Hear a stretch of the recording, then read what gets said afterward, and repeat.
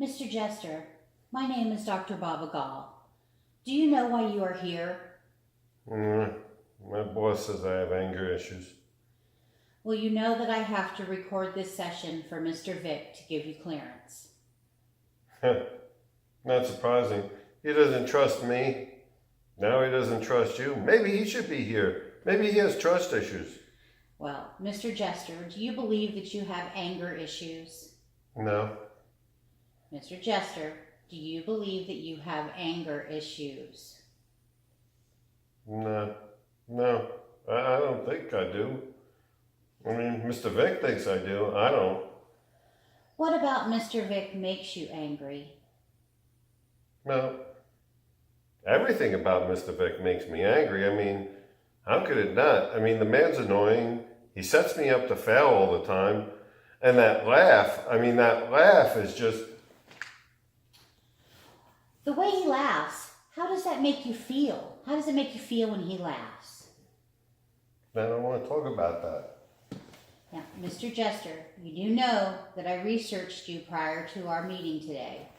Something happened when you were younger. Let's talk about that, shall we? I don't want to. Now, Mr. Jester, you have to, if you want to be at the Learning Curve Academy this Saturday in Eustis, Florida, when the doors open at 5:45.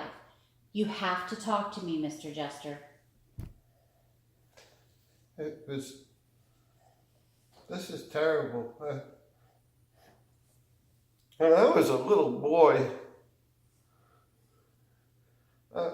I had a pet pig, Mr. Squiggles, and after school every day, I'd talk to him, and he talked back to me. He was my best friend. He was my only friend. And one day he was gone. He was gone. And at dinner one night we were having a BLT and my brother was laughing just like Mr. Vic laughs at me. I understand, Mr. Jester. So here's what I will do. Everyone loves squeaky toys. Yeah.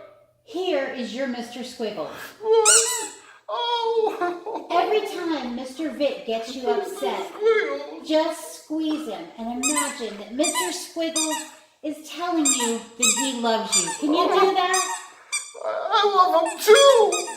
Okay, then I will clear you to be at the Learning Curve Academy this Saturday.